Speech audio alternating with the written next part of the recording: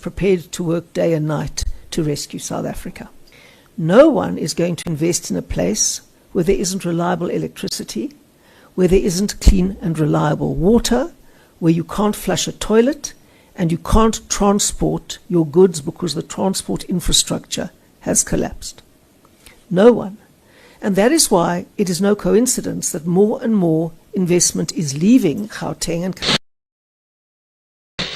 my role as chair of the Federal Council is to talk about the DA's preparations for the election as an organization.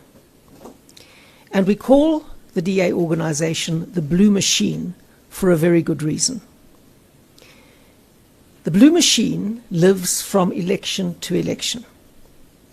So immediately after the May election last year, John gave us 2 days off, and after that we started preparing for the local government election, which will either take place towards the end of 2026 or the beginning of 2027. Now, 2 years is a very short time in politics, and that is why you have to start working immediately. And the very first thing we did was to have a big meeting representing all our provinces to look at what went right in the election and what went wrong in the election. And we always, immediately after an election, learn the lessons and then try and incorporate those lessons into our plans going forward. Now, one of the things we do is revise our candidate nomination regulations before every election so that we could look at any place that there was a hiccup or a misalignment or a problem and see if we can improve our system to deal with it. So shortly after the national election last year, we asked all provinces to submit any amendments they wanted to have to the candidate nomination regulations. Now, the DA has very detailed candidate nomination regulations that prescribes fair processes for everybody to ensure that we get the very best talent South Africa can offer. And let me underline that. It's not the very best talent the DA can offer. It's the very best talent South Africa can offer to come into the ranks of the DA and contest for a place, an electable place, on our lists. So we don't fish in the same small DA pond over and over again. The entire purpose is to say, let's look to see who out there is passionate about their community, who is at one or aligned to the DA's value set, and is prepared to work day and night to rescue South Africa. And the public representatives in the DA do that and do conform with that notion, and they get performance managed to ensure that they do and that they retain that idea. But there are many people outside the DA that we're wanting to bring in too. And our candidate search and our candidate nomination regulations are designed to do that. On the 2nd of December, we had our first virtual meeting to discuss the updating of our candidate nomination regulations, clause by clause.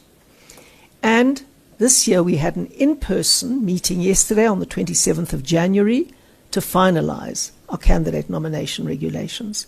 A Herculean task, but they are now adopted by the Federal Council. They will be implemented by the Blue Machine and the relevant people who manage these processes within the Democratic Alliance. They will be free, fair, and open to all applicants who will get a fair and equal chance in front of our electoral colleges, in front of our selection panels, and in all the evaluations that we do on our perform system for incumbents.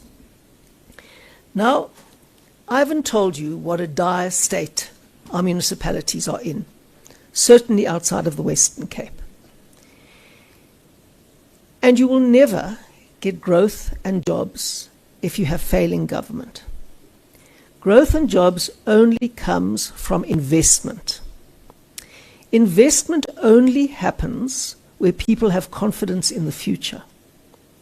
No one is going to invest in a place where there isn't reliable electricity, where there isn't clean and reliable water, where you can't flush a toilet, and you can't transport your goods because the transport infrastructure has collapsed. No one. And that is why it is no coincidence that more and more investment is leaving Gauteng and coming to the Western Cape. Now, the DA is not a Western Cape party. We are as passionate about the future of Gauteng as we are about every other part of our country. And we want Gauteng to work and continue to be the financial capital of the African continent. We need it to be. And we need it to be so that this economic machine can drive the investment that will create the growth and jobs that we desperately need to succeed as a country. And that will only happen with good governance. Now, good governance depends on the voters. And people often say to me, Zille, don't blame the voters. I'm not blaming the voters. I'm stating the basic fact about democracy 101. Voters get the government they vote for. And we've tried coalitions, very unstable, very complex, 11-party coalitions, 9-party coalitions in Gauteng. And because of the brokenness, and because of the fact that deployed cadres control the administration, and because of the fact that there's so many vested interests, it makes it incredibly difficult for a coalition to govern. And the stronger the DA is in any kind of coalition, obviously, the better. And if the DA does emerge as the biggest party in all the metros, then we're in a position to put up an executive mayoral candidate and to make sure that we can follow the DA's tried and tested recipe of turning things around and making things successful. We have that experience, but in Cape Town I was very lucky when I became mayor in a 7-party coalition. The ANC hadn't been in power for that long. And so there wasn't that much brokenness that had to be fixed. That's not the same in Gauteng. You've had ANC government for almost 30 years.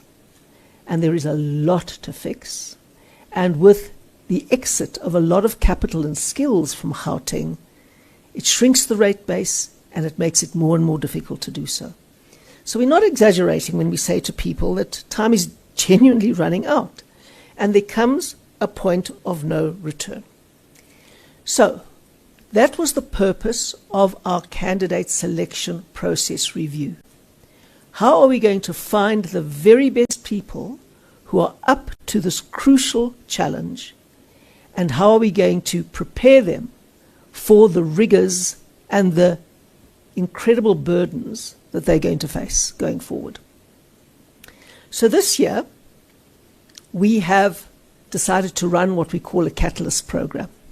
We advertised very widely for it in September last year. We got a lot of applicants and we chose the very best people with skills, a track record. These aren't entry-level people. These are people who have had some serious experience before and who now believe that it's make or break for South African local government and who want to come and throw their skills into the DA to help us rescue our towns and cities.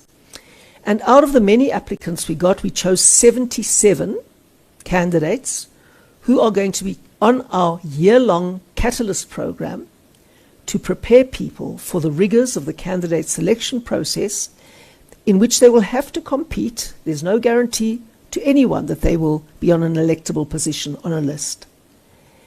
But to be sure that we are finding ways of being a magnet to skilled people, mid-level professionals, high-level professionals who want to come into politics because they understand that unless we fix the towns and cities politically through good governance, the rest is unattainable.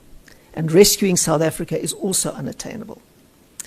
So, we're always fresh out of the blocks and we've prepared everything, and our applications for candidacy for the 2026-27 local government election, our applications open on the 1st of February.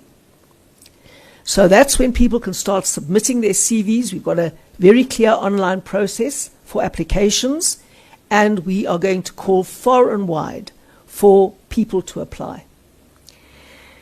Then on the 1st of March, we will be opening applications for mayoral candidates in our metros. Obviously, our metros are going to be ground zero in this election, especially the Gauteng metros. We're on the search for the brightest and the best and the most capable from inside the DA's ranks and from outside the DA's ranks. Because we don't close the door to talented people from outside, we look actively for talented people from outside.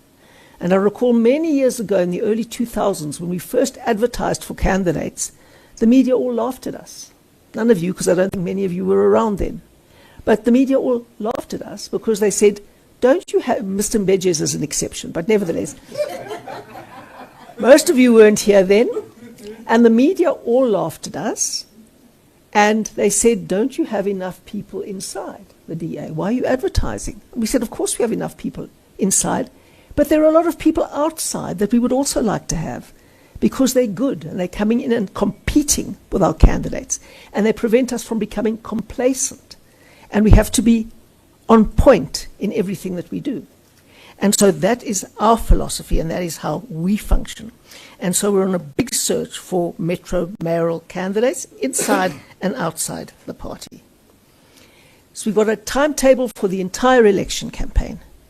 And the Blue Machine does things on time and within budget. And we've got a very good staff component who are a greased and oiled machine in delivering elections. We're on it, as they say, the young kids say, ons is op het, and we are going to put every ounce of our energy and commitment to continue our rescue mission in South Africa by becoming the biggest party in the major metropolitan municipalities of South Africa.